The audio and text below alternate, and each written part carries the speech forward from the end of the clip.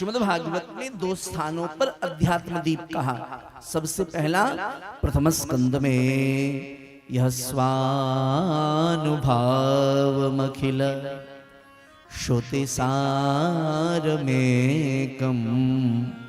अध्यात्म दीप मति तितीर शतां तमोन्धम संसारिणां करुणयाः पुराण गुह्यं तं व्यास सूनुमुपयामि गुरुं मुनीनाम्। यह स्वानुभाव मखिल श्रुतिसारमेकम् अध्यात्म दीप कहा। ये संबोधन किसके लिए? अध्यात्म दीप शब्द का संबोधन किया सुखदेव जी के लिए। प्रथम स्कंद में थोड़ा ध्यान से सुनना, भागवत जी के प्रति श्रद्धा और बढ़ जाएगी। ये कथाएं आपको और टीवी में सुनने को नहीं मिलेगी। दूसरा, अध्यात्म दीप का संबोधन अध्यात्म दीप कह के संबोधित किया है वेद व्यासी ने भगवान श्री कृष्ण को 10वें स्कंद में। अब यहां प्रश्न उठता है, जो संबोधन भगवान श्री कृष्ण के लिए किया अध्यात्म दीप कह करके, अध्यात्म का प्रकाश कह करके, वही संबोधन सुखदेव जी के लिए क्यों किया? जो संबोधन भगवान कृष्ण के लिए किया वही संबोधन सुखदेव जी के लिए क्यों किया? भाई, झारखंड के जो वर्तमान में मुख्यमंत्री हैं, उनको हम मुख्यमंत्री तो कह सकते हैं, संबोधित कर सकते हैं क्योंकि वो उस पद पे हैं, लेकिन हम उनको प्रधानमंत्री नहीं कह सकते क्योंकि वो उस पद पर नहीं है। तो जो संबोधन भगवान श्री कृष्ण के लिए किया वही संबोधन श्री सुखदेव जी के लिए क्यों किया? ध्यान देना। श्रीमद् अखंडानंद सरस्वती पाद जी महाराज कहते थे, क्योंकि अध्यात्म दीप इसलिए सुखदेव को कहा क्योंकि सुखदेव कोई और नहीं, ध्यान से सुनना, साक्षात श्री कृष्ण ही सुखदेव के रूप में अवतरित हुए भागवत धर्म का प्रसार करने के लिए। सुखदेव ही। अब आप कहेंगे प्रमाण क्या है कि सुखदेव कृष्ण है? देखो, कल आपने कथा श्रवण की, श्री परीक्षित जी को जब सांप लगा तो परीक्षित जी गए संतों के पास, मरण धर्मा व्यक्ति को क्या करना चाहिए, जिसकी मृत्यु निकट आ जाए उसको क्या करना चाहिए। जब यह पूछा तो संतों ने कहा सुखदेव आ जाएं तो तुम्हारा कल्याण हो जाएगा। जैसे इस बात को कही तो सुखदेव वहां प्रकट हो गए। यही हुआ था ना कल, सुखदेव चल करके नहीं आए, प्रकट हो गए। अच्छा ये बताओ, प्रकट भक्त होते कि भगवान होते? जोर से बोलिए। भगवान प्रकट होते। और यहां कौन प्रकट हुए? सुखदेव प्रकट हुए। अंतिम दिन श्रवण करना, आप विश्राम के दिन परीक्षित को कथा श्रवण कराते हैं, कथा विश्राम होती है, पूजा करते हैं परीक्षित, और जैसे ही वहां से उठ करके जाते हैं सो ही आगे चल करके सुखदेव अंतर ध्यान हो जाते हैं।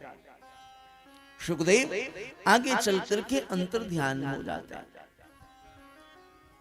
और जब अंतर ध्यान होते तो प्रश्न उठता है, ये बताओ अंतर ध्यान कौन होता है? भक्त अंतर ध्यान होते कि भगवान अंतर ध्यान होते? जोर से बोलिए। भक्त अंतर ध्यान होते कि भगवान? तो यहां प्रकट सुखदेव हुए, अंतर ध्यान सुखदेव हुए, अध्यात्म दीप सुखदेव को कहा। इससे प्रतीत होता है सुखदेव कोई और नहीं, साक्षात श्री कृष्ण ही सुखदेव के रूप में प्रकट हुए। और इसलिए श्रीमद् भागवत भगवान ने स्वयं गाई है। ये श्री ठाकुर जी की वाणी है जो आप श्रवण कर रहे हैं। अच्छा, एक और बात मैं बता दूं फिर आगे बढ़ते हैं। कल श्रीमद् भागवत की का मंगलाचरण हुआ।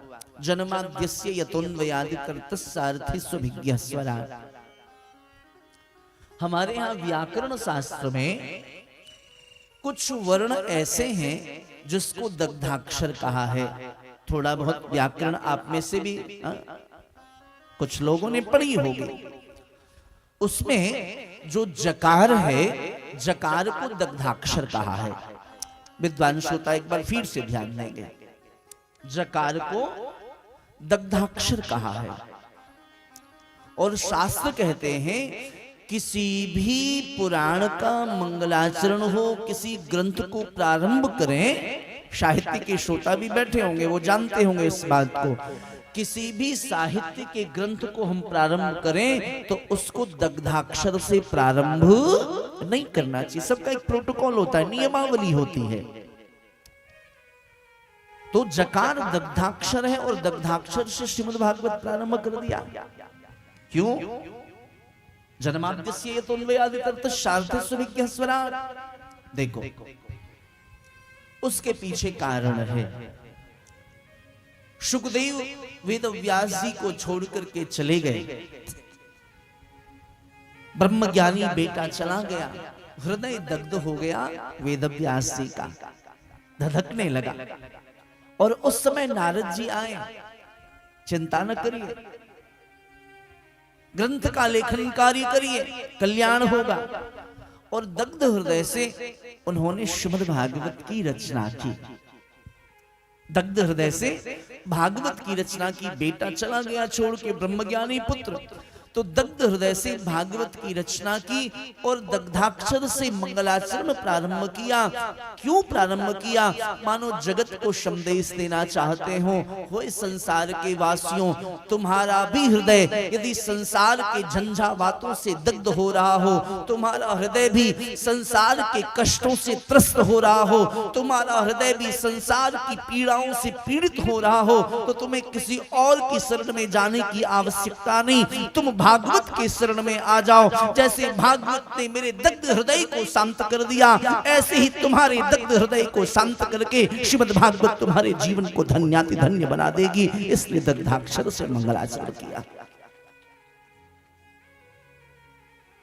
हृदय के पाप ताप संताप को यह नष्ट करती है। श्री परीक्षित जी ने प्रश्न किया, गुरुजी मन को वश में करने के आपने 4 उपाय बताए, बड़ी कृपा की, और कुछ उपाय बताइए। ध्यान से सुनना।